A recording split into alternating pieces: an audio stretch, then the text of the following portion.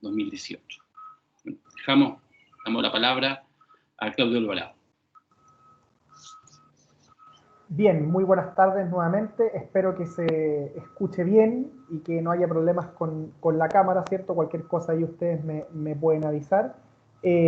Quisiera partir agradeciendo esta gentil invitación que me han realizado a compartir con ustedes este encuentro.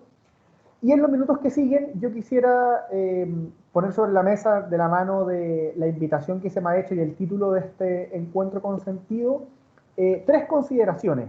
Iluminar los desafíos en materia de proceso constituyente a la luz del pasado reciente, en particular de lo que podríamos llamar la evolución constitucional de las últimas décadas.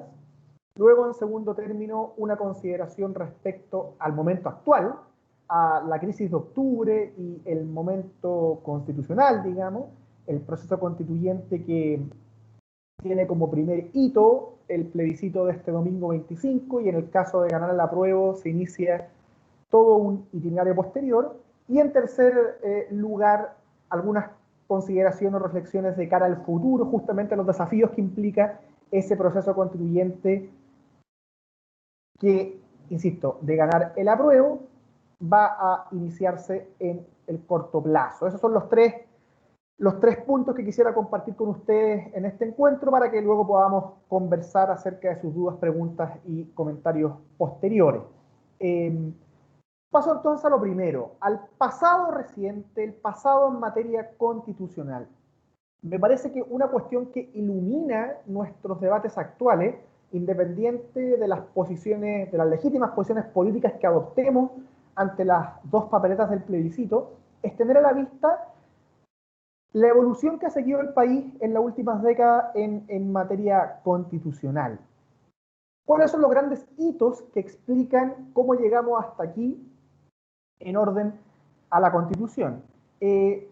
Lo que hay que tener presente en este ámbito, digamos, es que Chile ha experimentado durante los últimos 40 años una evolución constitucional con momentos muy disputados que han generado diversas discusiones políticas, y al mismo tiempo que ha sido logrado de canalizar mediante grandes acuerdos. Si uno pudiera poner a modo de resumen cuáles son esos grandes hitos, bueno, ocurre que en 1980, como ustedes saben, y en el contexto de un régimen autoritario, la Junta Militar, que en ese entonces presidía el país, otorga un texto constitucional, lo que entonces se llamó una nueva constitución o constitución de 1980, pero que no empieza a regir inmediatamente. Entre 1980 y 1989, Augusto Pinochet gobierna en base a las disposiciones transitorias de esa constitución, si me permiten el tecnicismo legal. Las disposiciones transitorias son, uno diría, aquellos artículos que le siguen a una ley, cualquiera sea, y que buscan regular el tránsito entre el viejo orden y el nuevo orden. Entre 1980 y 1989, lo que regían eran las disposiciones transitorias del texto otorgado en 1980. ¿Y qué ocurre? Que producto de los plebiscitos de 1988 y de 1989, en el Chile postdictadura no rigió ese texto original, el texto que se otorgó en 1980. ¿Por qué? Porque luego del triunfo del no, el año 88, gobierno y oposición de la época entran en una serie de negociaciones para modificar la Constitución, por motivos que después podríamos desarrollar más latamente. Tanto a la oposición democrática de ese entonces como al régimen de Augusto Pinochet les parecía pertinente modificar la Constitución antes de lo que fue el retorno a la democracia, antes, diríamos, de que Patricio Aylwin asumiera la presidencia. Y este es un dato muy relevante, porque ¿qué es lo que produce esto? Lo que produce esto, el efecto, es que en 1979, antes de la elección presidencial de ese año, por tanto, antes de que asumiera Patricio Aylwin, gobierno y oposición de la época someten a la ratificación de la ciudadanía un conjunto, un paquete bastante ambicioso para la época de reformas constitucionales. Se le introdujeron más de 50 reformas a la Constitución. Y entonces, cuando Chile vuelve a la democracia, cuando Patricio Aylwin asume la presidencia de la República, el texto constitucional que regía el país ya no era el mismo de 1980 en una serie de disposiciones. Algunas muy importantes, algunas muy emblemáticas, como la eliminación del denominado artículo octavo, ¿cierto? Y muchas otras también. ¿Y qué ocurre entre ese primer gran hito post lo que había sido 1980? ¿Qué ocurre entre 1989 y los años posteriores, y estos años diríamos?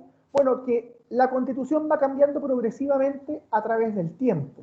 Entre 1989 y 2005, prácticamente todos los años hay alguna reforma constitucional, algunas muy puntuales, otras más emblemáticas, y entonces la Constitución, esta es una interpretación que es mía, pero no es solo mía, la Constitución va reflejando los acuerdos y las prácticas políticas del Chile de la transición. Con independencia de la legítima posición que uno vaya a adoptar de cara al plebiscito, las personas que se aproximan a estos temas desde la academia jurídica y con algún tipo de rigor en general coinciden que el texto constitucional que rige actualmente en el país, o incluso que ya regía en esos años previo al 2005, no era el mismo de los años 80, sino que el fruto de esta evolución que estoy sintetizando. Eso también tiene consecuencias en el ámbito intelectual, por cuanto hay una serie de opositores a lo que fue la dictación de la Constitución en su origen, que con esta evolución van considerando de que se va produciendo una legitimación democrática progresiva del texto constitucional. El caso, por ejemplo, de Alejandro Silva Bascuñán, quizás el constitucionalista más relevante del siglo XX. Él había formado originalmente parte de la comisión redactora de la Constitución en los años 80, después se va por públicas diferencias con la dictadura y, sin embargo, Alejandro Silva Bascuñán en los años 90 considera que lo que originalmente había sido un texto impuesto se va legitimando progresivamente por el plebiscito del año 88, el plebiscito del año 89, los cambios constitucionales posteriores. Y es una misma idea que se repite en distintos académicos e intelectuales que en su minuto fueron críticos del origen de la Constitución, también se repite, por cierto, en líderes políticos. Edgardo Benninger y otros tienen frases o consideraciones muy, muy similares. Y este proceso de evolución constitucional tiene su punto culmine, desde luego, el año 2005, cuando Ricardo Lagos firma la Constitución. El año 2005 se produce el paquete de reformas constitucionales más relevantes del año 89. Se termina lo que entonces se denominaba los enclaves autoritarios. Y Ricardo Lagos en su minuto fue muy entusiasta como presidente del país, ¿cierto? Dijo que por fin Chile tendría un piso institucional compartido en materia constitucional. Entonces, si uno mira la historia reciente, ¿cierto? Sintetizando, resumiendo, en virtud del tiempo, lo que hay entre el año 80 y el año 2005 es, a juicio de los mismos actores políticos involucrados y de una parte relevante de la academia que había sido opositora al origen de la Constitución, una legitimación progresiva de la misma desde el punto de vista democrático, producto de esta práctica constitucional, de esta evolución de los acuerdos políticos que va reflejando. Si se quiere, si me permiten, la Constitución refleja y simboliza los acuerdos y las prácticas políticas del Chile, la transición, sería algo así como una Constitución progresivamente pactada, tal como fue la transición. Como todo fenómeno político, esto es discutible, ¿cierto? Pero hay buenos antecedentes para sugerirlo a la luz de la evolución que objetivamente ocurre. Eso es un resumen de lo que habría sido la evolución constitucional entre el año 89 y el año 2005. Hagamos un puente con el segundo momento, el segundo punto que les propuse tratar en este encuentro. ¿Cuál es el presente? Entender la relación entre la crisis de octubre y por qué surge el proceso constituyente en curso. Bueno, el puente con eso es que, por motivos que habrá que seguir estudiando, después del año 2005, cuando muchos actores políticos del momento consideraron, partiendo por Ricardo Lagos, por el expresidente Lagos, que en ese momento se iba a terminar la discusión constitucional. Sin embargo, la discusión constitucional, digo, no solo no concluyó, sino que comenzó a aumentar. Tuvo su intermitencia, pero hay una serie de indicios que muestra cómo luego, inmediatamente del año 2005, cuando supuestamente se terminaba este debate, sin embargo, lo que ocurre es que este se mantiene e incluso aumenta. Se nota, por ejemplo, en las campañas presidenciales. En las campañas presidenciales el tema constitucional comienza a figurar de manera creciente. Y nos vamos a encontrar con una serie de candidatos vinculados al mundo de la centroizquierda que van levantando el tema constitucional en las campañas. Lo mismo ocurre en la academia, del punto de vista académico, de la intelectualidad pública, los académicos vinculados a estos temas. La cuestión constitucional no solo no concluye, sino que también tiene un auge con intermitencias, pero permanente y progresivo en el tiempo, a contar del año 2005. Entonces aquí tenemos un puente, digo, entre lo que fue la evolución constitucional de el Chile de la transición, el pasado reciente, y lo que está pasando hoy día. ¿Qué es lo que está pasando hoy día? Y este es el segundo momento de la charla, ¿cierto? Que cuando el país enfrentó la crisis política y social más relevante desde el retorno a la democracia, que fue la crisis de octubre, que explotó el 18 de octubre del año pasado, en ese momento la decisión del sistema político a la hora de procesar esa crisis fue apostar por un proceso constituyente. Y la pregunta que naturalmente surge es ¿por qué? Reparemos un poco en esto. La crisis de octubre, todos lo vivimos, ¿cierto?, desde nuestros distintos lugares, trabajos y experiencias, fue una crisis en muchos sentidos brutal. Tuvimos una destrucción del metro inédita, ¿cierto?, violencia, saqueo, vandalismo, como no, al menos mi generación, yo tengo 36 años, jamás habíamos presenciado en nuestras vidas. Tuvimos además, en conjunto con eso, una serie de manifestaciones más o menos pacíficas, pero en cualquier caso que no se distinguían por esa violencia, sino que fueron manifestaciones, movilizaciones ciudadanas cuyo ícono, ¿cierto?, cuyo momento más emblemático y más masivo fue la denominada Marcha Más Grande de Chile. Y ante esto el sistema político tenía que reaccionar de algún modo. Había una necesidad por encauzar institucionalmente el conflicto, por procesar de manera institucional, por darle un cauce a este conjunto de manifestaciones pacíficas y violentas que en su conjunto, y si te valga la redundancia, pusieron en jaque al sistema político. Cuando hay crisis de esta magnitud, los sistemas políticos tienen que intentar dar una respuesta, pero esa no tiene por qué ser necesariamente constitucional. La verdad es que, si uno mira en retrospectiva, los meses de octubre y noviembre del año pasado fueron vividos con angustia o con temor, también con esperanza, ¿cierto?, por una mezcla de sensaciones por parte de la ciudadanía que exigían alguna respuesta, pero no era claro que tuviera que ser de índole constitucional. Si uno piensa en la destrucción del metro, ahí no parecía haber ningún mensaje constructivo. Si uno piensa en la marcha más grande de Chile, como se le llamó, ¿cierto?, había muchas demandas sobre la mesa, pero sin orgánicas, voceros ni petitorios conocidos. De hecho, una de las notas distintivas de esa movilización es que había una multiplicidad de demandas, no una sola que la identificara. Basta ver las imágenes de esos días, ¿cierto? Está la bandera mapuche junto con alusiones a las pensiones, alusiones a carabineros, referencia a la salud pública y en fin, tantas cosas. También, por supuesto, la Constitución y la crítica a la misma estaba presente, pero era una entre muchas. Entonces, la pregunta, insisto, en este segundo momento de esta conversación es ¿por qué el sistema político decidió canalizar la crisis por la vía constitucional? ¿Por qué la respuesta fue, ante una crisis de tal magnitud, ofrecer un proceso constituyente, que fue lo que nosotros vimos que se propuso al país con el acuerdo del 15 de noviembre? Mi impresión, como esta es una noticia en desarrollo y además involucra ciertas consideraciones o evaluaciones de índole política, esto puede ser...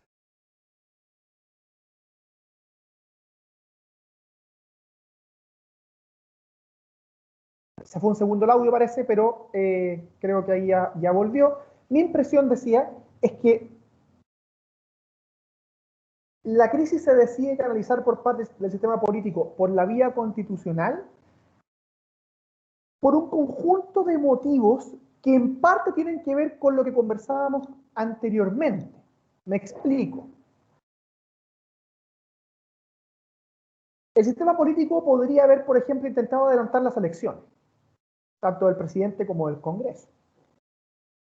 El sistema político podría haber ofrecido un conjunto de reformas muy significativas y rápidas en materias sociales relevantes.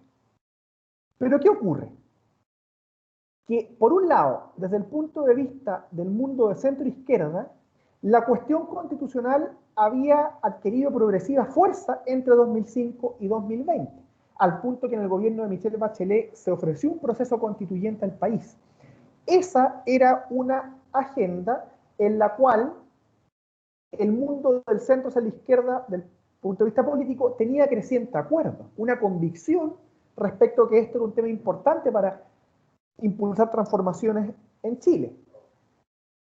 Por el lado del mundo de centro-derecha, no había nada equivalente que ofrecer desde el punto de vista político, no al menos conocido.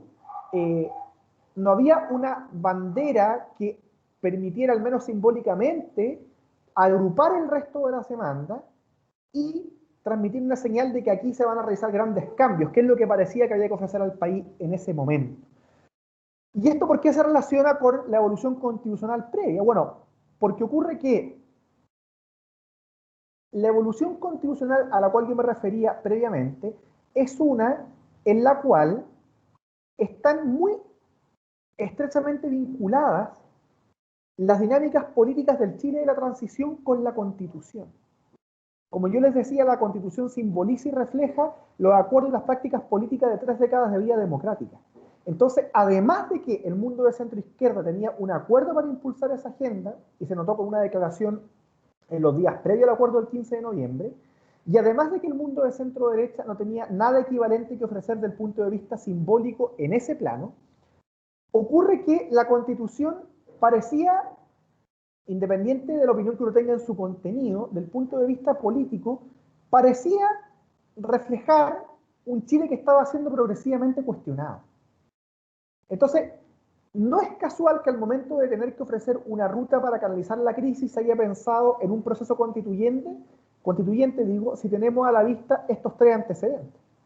Un acuerdo progresivo en la centroizquierda que miró con progresivo recelo la evolución a la cual nos referimos, un vacío del punto de vista de algo que ofrecer de esa magnitud ante la crisis que se estaba viviendo por parte de la centro-derecha, y una constitución cuya legitimación política y democrática haya ido de la mano de actores que o fueron progresivamente cuestionados o habían dejado de creer o de considerar valiosa esa misma evolución. El mejor ejemplo, ¿cierto?, el expresidente Ricardo Lagos.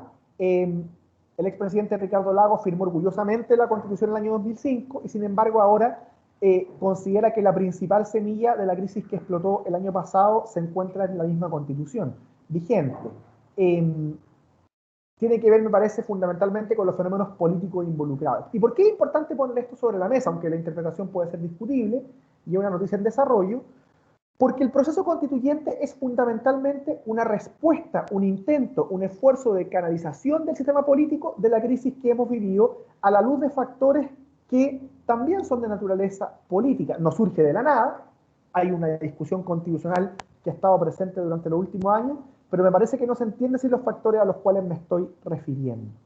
Y es importante además, ya que hacemos un puente con este segundo momento y con el tercer punto de la charla, ¿cierto?, que son los desafíos del proceso que sigue hacia adelante, es importante porque me parece que si uno piensa que el acuerdo del 15 de noviembre fue un esfuerzo, como he dicho, por canalizar institucionalmente la crisis más grave del retorno a la democracia, fue una respuesta al sistema político, uno logra comprender, me parece, que ahí está tanto la virtud como el límite del proceso constituyente. La virtud es que responde a un acuerdo transversal. El pacto del 15 de noviembre fue firmado por prácticamente todas las fuerzas políticas con representación parlamentaria. Solo se excluyó el Partido Comunista y algunos grupos del Frente Amplio, pero fue firmado desde la UDI hasta Gabriel Boric. Entonces, la virtud es que reflejó un acuerdo transversal que en la hora más oscura, cuando Chile parecía estar en mucho sentido al borde del abismo, los políticos dijeron, ponemos algo relevante, significativo, a disposición de la ciudadanía, como es la discusión acerca de las reglas básicas de la convivencia, las reglas constitucionales. Esa es su virtud. Hubo un esfuerzo transversal por canalizar institucionalmente el conflicto. Pero su límite es que se trata de una respuesta mediada, como toda respuesta de esta índole. No es que la voz del pueblo de modo unívoco haya pedido un proceso constituyente. La voz del pueblo, si cabe hablar de esa expresión, lo que puso sobre la mesa fue un sinnúmero de demandas de muy distinto orden, reflejadas, por ejemplo, en la multiplicidad de banderas que observábamos en la marcha más grande de Chile, que además un conflicto con componentes de violencia, como decían. Entonces, la respuesta constituyente, por definición, esto es lo que quiero transmitir, al ser una respuesta mediada, una respuesta política, es una respuesta que por sí sola, y en esto hay bastante acuerdo entre las personas que se aproximan con seriedad a este asunto, tanto del ámbito constitucional como de otras disciplinas, la respuesta constituyente, digo, no va a ser capaz por sí sola de solucionar ni responder a todo ese conjunto de demandas que explotaron, digo, en octubre del año pasado.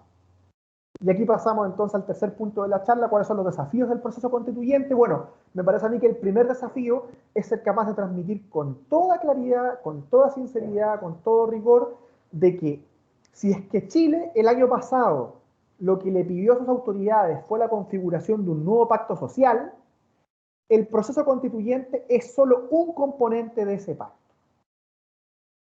No es todo ese nuevo pacto social, en ningún caso. Y esto con independencia de que uno se aproxime al plebiscito de este domingo, ya sea con la posición del apruebo o del rechazo. En la misma línea, si es que ganara el rechazo, un escenario que se ve improbable por las encuestas que hemos conocido hasta ahora, pero que no hay que descartar porque es una de las dos opciones legítimas en juego, si triunfara el rechazo tampoco probablemente se acabaría la discusión constitucional, porque hay un creciente acuerdo en que la Constitución requiere reforma, y más bien hay una discusión acerca del procedimiento para llevarla a cabo, de la magnitud y amplitud de esa reforma, pero no de que ellas sean necesarias. Entonces, los desafíos que siguen para adelante son, en primer lugar, me parece, tener presente estas cuestiones.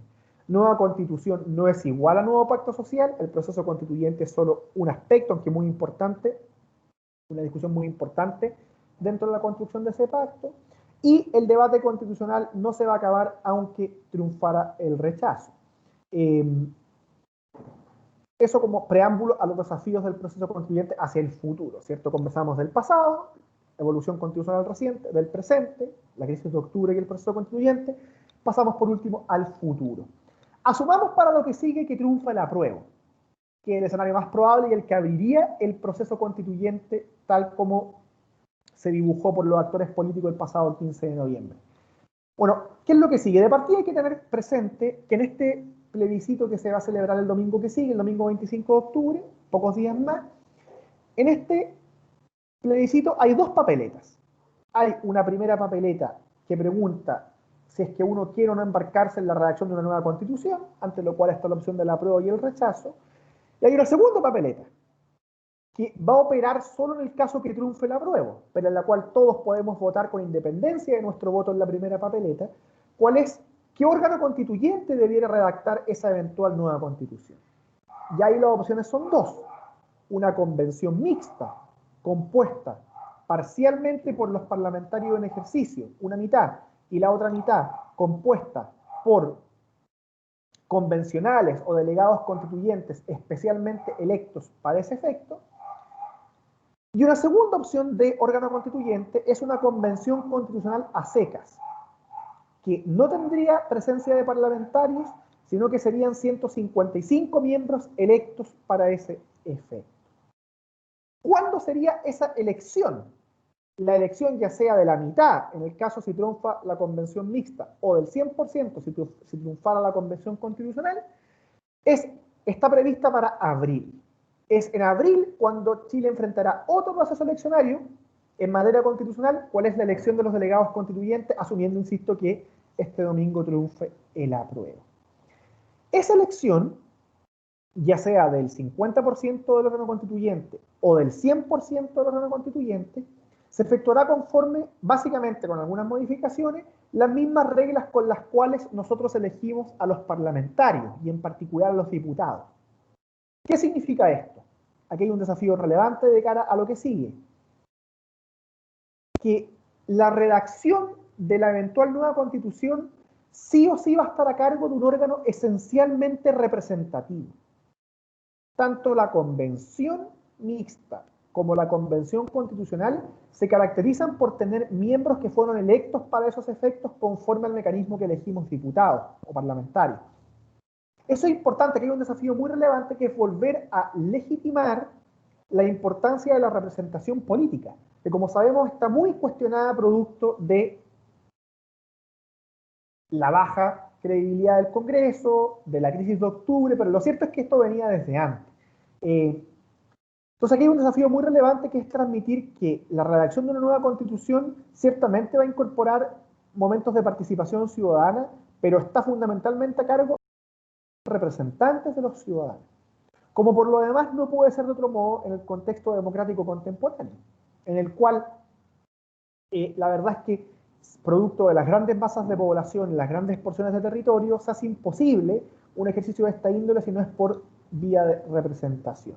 Y aquí en este caso va a ser representación tradicional. Elegir representantes tal como cuando elegimos Congreso. Hay un desafío relevante, ¿cierto?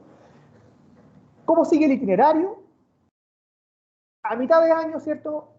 En julio debería empezar el trabajo de la convención y aquí tendremos un desafío muy significativo que va a ser que durante el país, durante 9 o 12 meses, pero un plazo acotado en cualquier caso, va a estar discutiendo su constitución, una eventual nueva constitución. Y eso en paralelo al funcionamiento normal de las instituciones, en paralelo al funcionamiento del Congreso, en paralelo a los procesos políticos que además implican nuevas elecciones. Entonces hay otro desafío relevante que es, por un lado, ser capaces de conversar, vencer el clima de polarización, vencer, ¿cierto?, la tentación a constitucionalizarlo todo y conversar en paralelo sobre la Constitución y sobre las demás mejoras y reformas que se han demandado y que tienen que trabajarse en paralelo en la medida de lo posible. Y todo esto además con el desafío asociado, como es lógico, de que el Estado logre sobreponerse a los hechos de violencia, hacer respetar el orden público, con pleno respeto a los derechos humanos, desde luego, pero que este clima eleccionario y de trabajo constitucional y parlamentario pueda ser llevado a cabo sin los episodios de violencia que hemos observado. Hay otro desafío de primer orden. El itinerario continúa, ¿cierto? Una vez que trabaja la Convención Constitucional, nosotros lo que tendríamos después de 9 o 12 meses, que es el plazo fijado, tendríamos, en fecha por definir, un plebiscito ratificatorio de salida. Lo que haría esta Convención Constitucional es proponerle al país un texto de nueva Constitución, pero la decisión final, si se aprueba o rechaza ese texto, está establecida para un plebiscito final. Y hay otro desafío relevante, que es asumiendo que el proceso sea exitoso, ¿cierto? Y que se proponga un buen texto y que logre llevarse a cabo todo. Bueno, después viene un plebiscito en el cual el país probablemente nuevamente se va a polarizar y en el cual las cosas van a tener que haberse hecho muy bien para que ahí pueda triunfar el apruebo en esa eventual nueva constitución. Es un plebiscito muy difícil, esto lo reconocen los partidarios más honestos del apruebo hoy día, porque hoy día el apruebo y el rechazo se basan fundamentalmente en diferencias respecto al procedimiento o en diferencias de índole política. Pero el plebiscito de salida lo que va a hacer es confrontar el nuevo texto que eventualmente se proponga con la constitución vigente, texto contra texto. Por tanto, es un plebiscito muy, muy exigente y otro desafío también. ¿Qué más quisiera agregar yo antes de que pasemos a nuestras preguntas? Bueno, que todo lo que estoy señalando pone otro desafío sobre la mesa muy relevante que de algún modo agrupa todos los anteriores, que aquí los riesgos de frustrar expectativas son muy grandes, ya sea por desconocimiento del proceso, por el hecho de que la elección de los delegados constituyentes total o parcialmente sea conforme al mecanismo de los diputados, a que esta constitución va a tener un plazo acotado para trabajar, y a la función misma de las constituciones, que como decía antes, no son capaces de responder por sí solas al conjunto de demandas que se han puesto sobre la mesa desde octubre pasado. Entonces me parece a mí que es muy importante, para que no se produzca esa frustración o sea en cualquier caso atenuada, que el Congreso siga trabajando en paralelo, que haya una permanente labor de educación ciudadana acerca de qué le podemos pedir y qué no a la Constitución, y de que también el mundo privado, entendido en sentido muy amplio, ¿cierto? No pienso solo en las empresas, también en la sociedad civil organizada, entienda que para construir un nuevo pacto social necesitamos más que la Constitución, que aquí se requiere proactividad de todos. Me parece que esto es muy claro, aunque parezca paradójico, para aquellos sectores que siempre han entendido que el motor de la vida social no es el Estado, sino la sociedad civil organizada. Bueno, quien entiende eso también debiera entender de modo correlativo que si es que el Estado no es el motor de la vida social, sino que está toda una sociedad que acompaña al Estado y que en muchos sentidos tiene primacía, bueno, es a esa misma sociedad civil organizada y al mundo privado a quien también tendremos que pedirle su contribución para la construcción o configuración de un nuevo pacto social. No le podemos pedir todo al Estado, no le podemos pedir todo a la Constitución. Por último, hay algunos eslogan o consignas o frases que han dado vuelta en este proceso y que me parece que entenderlos bien también es un desafío de cara a lo que sigue. Esto es lo último que voy a agregar de cara a los desafíos futuros para que después podamos conversar. Por ejemplo, la idea de que el proceso constituyente que sigue se va a configurar o construir en base a una hoja en blanco. Me parece a mí que eso hay que precisarlo muy bien, entenderlo muy bien, tanto por equívocos que suscita la expresión, como por la misma eventual frustración de expectativa a la cual me he referido. ¿En qué sentido el proceso constituyente que sigue, en el caso que gana la apruebo, sí está sujeto, sí se va a configurar bajo una hoja en blanco? A que no estamos en presencia de una simple reforma a la Constitución. El proceso constituyente lo que propone es la redacción de un nuevo texto constitucional, que en caso de ser exitoso, es decir, en caso de que triunfe el apruebo, de que el órgano constituyente proponga un texto después de 9 meses o un año, y de que ese texto sea ratificado por la ciudadanía, lo que tendríamos es básicamente un reemplazo, en términos técnicos, una derogación orgánica de la Constitución vigente por ese nuevo texto. Entonces, en cuanto no estamos en presencia de una simple reforma constitucional, sino que de un proceso mucho más ambicioso, sí se trata de una hoja en blanco, pero solo en ese sentido acotado. Porque no es hoja en blanco el proceso constituyente en curso, primero en cuanto está bastante regulado. El acuerdo político del pasado 15 de noviembre que le dio vía al proceso se tradujo en una reforma constitucional a la Constitución vigente, ¿cierto? El proceso constituyente en curso se regula bajo las normas del capítulo 15 de la Constitución actual, artículo 130 y siguiente. Hay límites de plazo, 9 o 12 meses, límites de procedimiento, cuyas infracciones pueden ser conocidas por la Corte Suprema, límites sustantivos.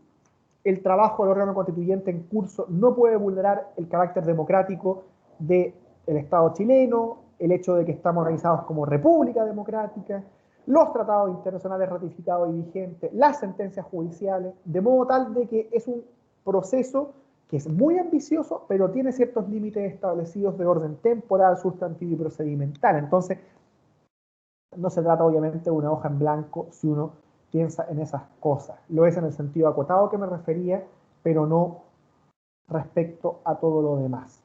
Y esto también es importante poner sobre la mesa y es un desafío de cara a lo que sigue, nuevamente por el tema de las expectativas, pero además por entender de que en suma estamos en presencia de un cambio constitucional en el marco de un régimen democrático.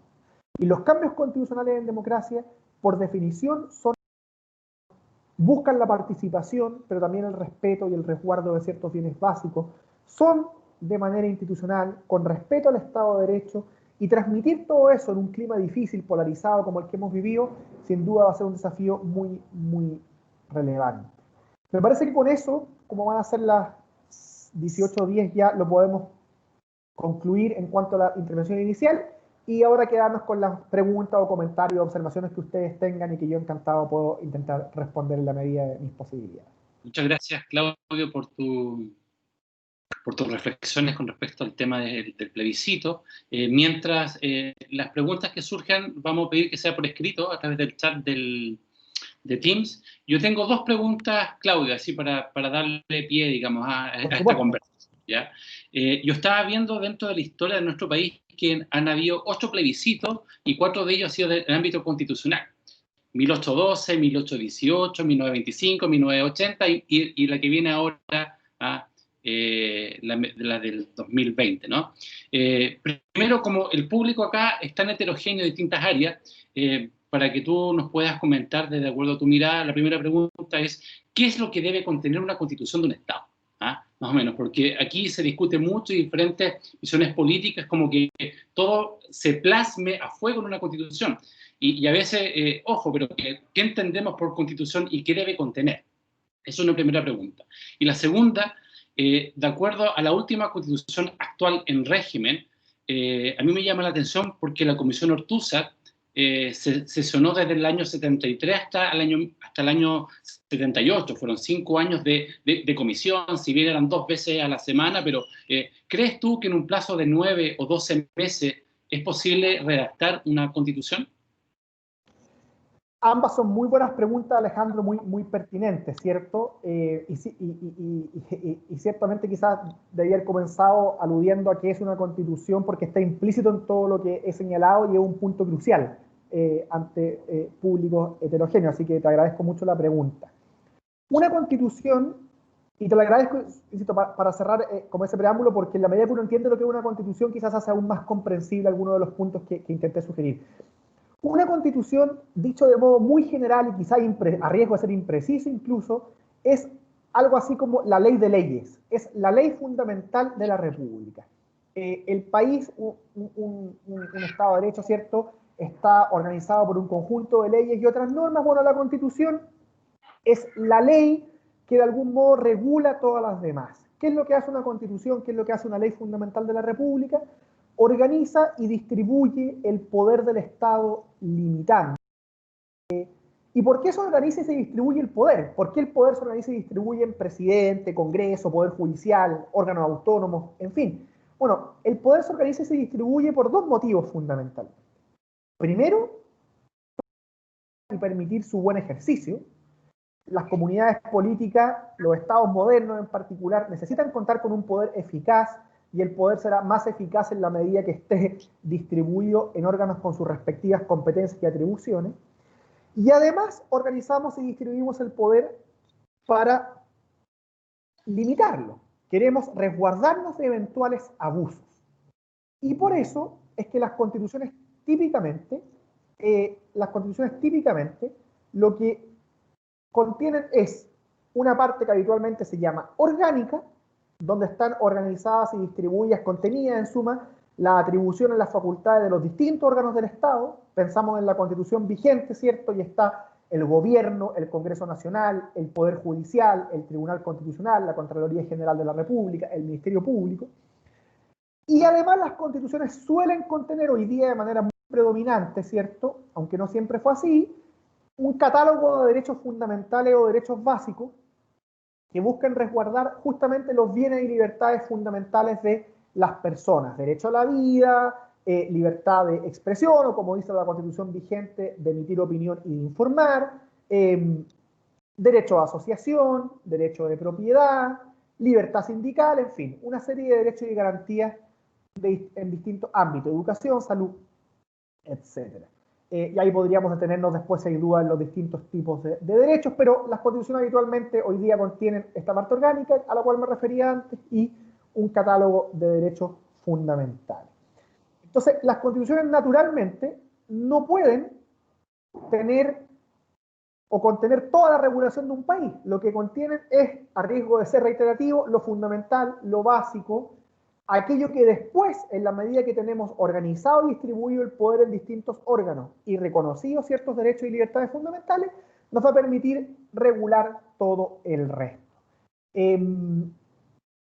Es un primer punto acerca de lo que pregunta Alejandro, que me parece muy pertinente abordar.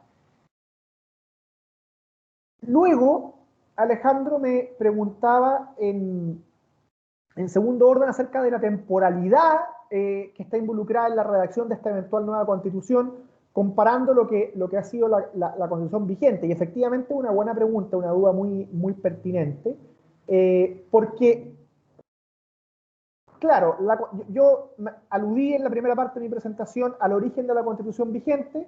La constitución vigente, yo decía, actualmente es la constitución del fruto de muchas reformas, pero cuyo origen, antes de esas reformas, fue el texto otorgado en 1980. Y ese texto, a su vez, fue precedido durante proyecto en el cual trabajó la denominada Comisión Ortúzar, una comisión que, así como ha sido criticada por diversos aspectos, al mismo tiempo tuvo la ventaja de poder trabajar durante mucho tiempo, como bien decía Alejandro. Y si bien la constitución vigente no es exactamente esa, por los motivos que me refería, sí ese fue el punto de partida. Sin lugar a duda, el factor temporal es un desafío muy grande de esta eventual convención que Chile va a tener en el caso que triunfe el apruebo. Al mismo tiempo, hay que saber en todo caso que esta discusión no parte de la nada. Chile lleva muchos años con una discusión constitucional en ciernes que, si bien no ha permeado totalmente la población, sí está muy vigente en los académicos y expertos que van a asesorar a los distintos partidos y a los eventuales delegados o convencionales. Entonces, hay muchos temas en los cuales están avanzados, al menos los disensos. O sea, sabemos temas que se van a discutir, digamos. Sabemos que temas que van a estar ahí en debate. Y por otro lado, yo también miraría, por decirlo así, la otra cara de la moneda. Creo que el factor temporal, el límite fijado para esta convención, tiene una virtud, y es que obliga a que el trabajo sea lo mejor posible, porque de lo contrario simplemente no va a haber nuevo texto constitucional que ofrecerle al país. Y eso establece una diferencia con otros procesos constituyentes contemporáneos, en los cuales ciertos órganos constituyentes han tenido la tentación de eternizarse o de expandirse en sus atribuciones. Bueno, aquí la verdad es que el límite temporal en ese sentido, así como es un riesgo o tiene, digamos, los inconvenientes que señala Alejandro, también tiene esa virtud de ser una garantía de que el propósito de la convención sería acotado a la redacción, a la propuesta de una nueva constitución, y terminada su labor después de ese plazo, a los 9 o 12 meses, se disuelve de pleno derecho. Y ahí también está, como digo, no solamente el riesgo, sino también la garantía de que no tendríamos más que ese propósito en el órgano constituyente. Bien, muchas gracias, Claudio. Aquí hay una pregunta interesante. Escriben acá, se habla mucho de pasar de un Estado subsidiario a un Estado solidario. ¿Qué significa eso en la práctica? Perfecto, efectivamente muy buena pregunta, porque es un tema que está en boga. Es una discusión que, a mi entender, está plegada de malos entendidos. Voy a intentar explicarlo a ver si lo logro.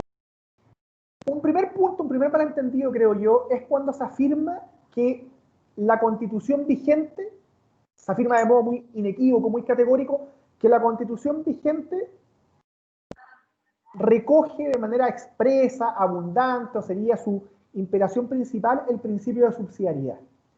La verdad es que ahí ya hay una discusión. Ahí hay una primera discusión, y una discusión que en sede académica se ha dado acerca de hasta qué punto la subsidiariedad está presente. Desde luego hay elementos en los cuales uno puede afirmar eso. En las justificaciones que se dieron en su minuto para defender ciertas disposiciones se aludió al principio de subsidiariedad, pero la verdad es que también hay antecedentes que permiten discutirlo y que explican ese debate, porque la palabra subsidiariedad, por ejemplo, no está presente en la Constitución. Entonces, hay un primer punto de debate que es, digámoslo así, qué tan presente o no está la subsidiariedad en la Constitución. Ahora, segundo punto de malentendido. Si pensamos en el texto de la Constitución, los antecedentes que permitirían afirmar que es una Constitución que recoge el principio de subsidiariedad son mucho menos polémicos que lo que habitualmente se piensa. Por ejemplo, la Constitución señala, la Constitución vigente, en su artículo primero, inciso tercero, que el Estado reconoce y ampara a los grupos intermedios a través de los cuales se organiza y estructura la sociedad, y les garantiza su adecuada autonomía para cumplir sus fines específicos. Pero la verdad es que cualquier Estado medianamente decente va a reconocer la libertad de asociación de los grupos intermedios. Es difícil pensar un Estado que no sea totalitario, que va a negar ese tipo de cosas, o que va a negar el derecho de asociación. Entonces, aquí hay un malentendido muy interesante. Por ejemplo, para volver al expresidente Ricardo Lagos. Ricardo Lagos ha dicho muchas veces que lo único que quiere es elegir una gran reforma, es que la Constitución deje de recoger el Estado subsidiario. Pero cuando en su penúltimo libro habla del rol del Estado, lo describe de un modo muy similar al precepto constitucional que yo acabo de citar. Entonces, lo que quiero decir es que si es que estamos pensando en disposiciones constitucionales como la que me refería, o el derecho de asociación, la verdad es que la discusión no debería ser tanta. Entonces, aquí paso al tercer punto. ¿Cuál es el malentendido? El malentendido es que se habla de subsidiariedad, se emplea la palabra subsidiariedad, me parece, para hablar de otras cosas que forman parte del legítimo debate político pero que no tienen directa relación con el sentido del principio. La subsidiariedad es un principio rector del orden social que ha sido desarrollado por el magisterio de la Iglesia Católica y por otras fuentes de pensamiento, y que apunta a que las distintas, digamos, asociaciones de la vida social, las agrupaciones humanas en suma, tengan la posibilidad de perseguir sus fines propios con cierta libertad y al mismo tiempo que sean ayudadas por las otras asociaciones. Subsidiariedad viene de subsidium, digamos, y en eso consiste la subsidiariedad, en ayudar a agrupaciones humanas a conseguir sus fines propios. Y por eso un principio que fuera del ámbito chileno no es tan disputado, es más bien considerado un sano criterio rector del orden social. Entonces, esto es lo último que digo sobre el punto. ¿Por qué entonces discutimos tanto de la subsidiariedad? Bueno, esto tiene que ver con el debate político de la historia reciente de Chile. Me parece que no tiene tanto que ver ni con lo que dice la Constitución, ni con el significado del principio rectamente entendido, sino con el hecho de las disputas políticas anteriores y posteriores al retorno a la democracia. Y en particular con ciertas figuras políticas relevantes y discutidas que han invocado la subsidiariedad en Chile, como por ejemplo Jaime Guzmán. Pero al discutir la subsidiariedad hoy día, no se está hablando ni de la Constitución vigente, ni del principio rectamente entendido. Entonces yo creo que es un debate que está, en suma, por lo que intentaba explicar, bastante cruzado por equívoco, y que lo que debiéramos hacer más bien, más que quedarnos en la disputa terminológica y conceptual, es pensar en concreto qué rol de Estado, qué tipo de Estado queremos hoy día, cuestión que tampoco pasa solo por la Constitución, pero que a la hora de discutirse, me parece, nadie en su sano juicio, o muy pocas personas, al menos políticamente relevantes, debieran identificar que su modelo de Estado ideal es uno en el cual se elimina la libertad de las asociaciones civiles, porque la verdad es que eso es bastante incompatible con una constitución democrática según los cánones actuales. Bien. Acá hay otra pregunta. Señalan acá si la Constitución toma algún ámbito del sistema de pensiones. Sí, eso también es una muy buena pregunta, ¿cierto? Porque, digámoslo así, en el debate constitucional, una cuestión que va a estar sin duda muy presente, producto de nuestros debates públicos actuales, es la provisión de los llamados derechos sociales, ¿cierto? Salud, educación y previsión, pensiones en particular.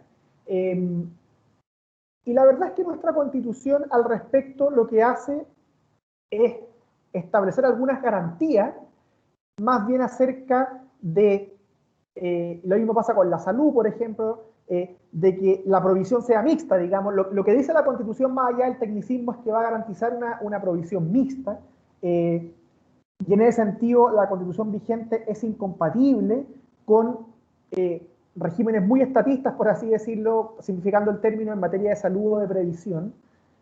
Pero no hay mucho más que eso.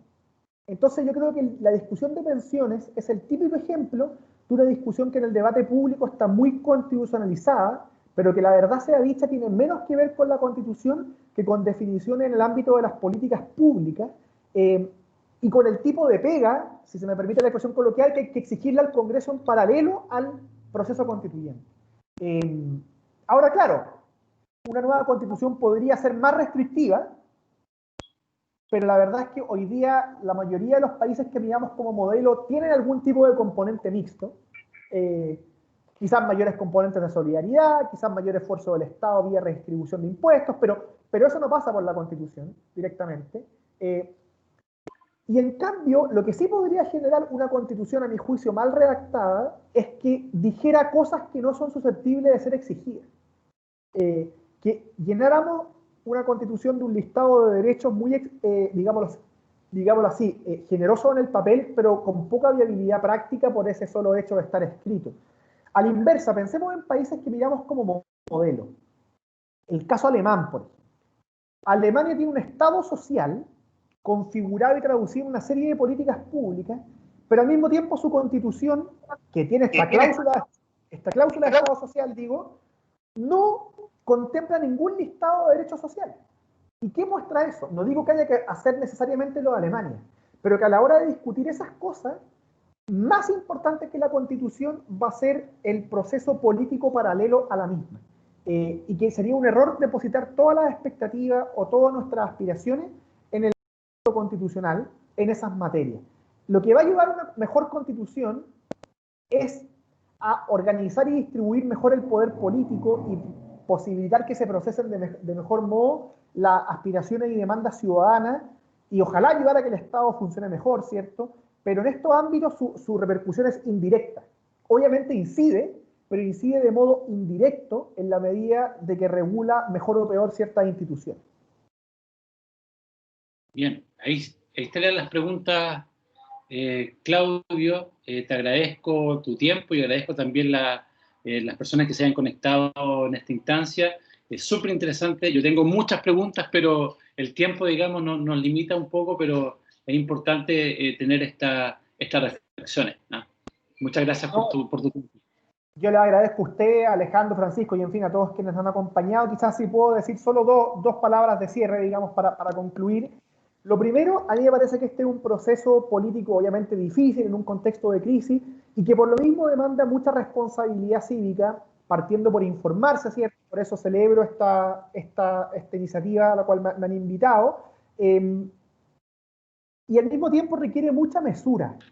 O sea, me parece a mí que lo que hay que entender es que si el domingo triunfa el rechazo, no se acabó el debate constitucional, y si el domingo triunfa el apruebo, no tenemos por sí sola la solución a la crisis que explotó. En cualquier escenario tenemos un proceso muy exigente por delante, y ciertamente hasta donde sabemos todos los sondeos de opinión muestran que es más probable el triunfo del apruebo, pero lo que eso sugiere es que vamos a tener por delante un proceso constituyente con las características que intenté resumir y por lo tanto muy exigente, muy desafiante, que requiere mucho compromiso público, mucha mesura, disposición al diálogo y también, diría, una sana apertura de mente, no en cuanto a renunciar a los principios más fundamentales que uno profesa, pero sí a buscar llegar a los acuerdos que permitan avanzar en estas materias.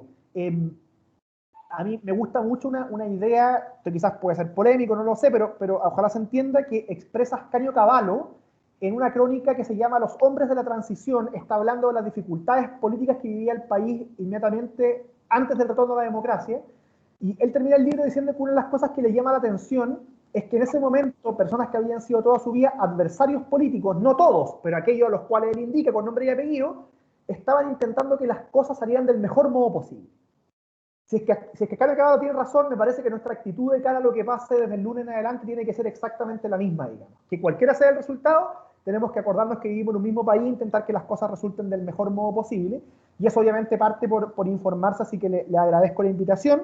Y a los que les interesa alguna de las cosas que he señalado, yo trabajo en un centro de estudios que se llama IES, el Instituto de Estudios de la Sociedad, y en nuestra página web ieschile.cl pueden encontrar más información al respecto. Así que con esa invitación más de fondo y más publicitaria, concluyo mis palabras simplemente agradeciendo nuevamente la invitación. Muchas gracias. Gracias, Claudio, por aceptar la invitación. Sabemos que como profesor y director de la institución anda bien copada, porque además, por lo que he visto, han tenido sobre todo este año, en el fondo una política de publicación de muchos libros y de instancias de conversación e información para jóvenes e intelectuales, así que de verdad te agradezco la disposición y la generosidad de compartir con nosotros tu tiempo. Muchas gracias a ustedes, hasta luego. Hasta luego. Gracias, Alejandro, gracias a la Dirección de Ética y Formación Cristiana, y los esperamos para el último encuentro, que va a ser el 11 de noviembre, el 19 de noviembre, donde vamos a estar con Álvaro Ferrer hablando de los proyectos en torno a la autonomía progresiva de los niños, niñas y adolescentes, digamos, que es bastante interesante y que tiene algo que ver también con nuestros alumnos más jóvenes. Que estén bien, esperamos que nos podamos seguir reuniendo y nuevamente gracias, Alejandro, gracias, Claudio. Nos vemos en otra ocasión. Adiós, adiós. Muchas gracias.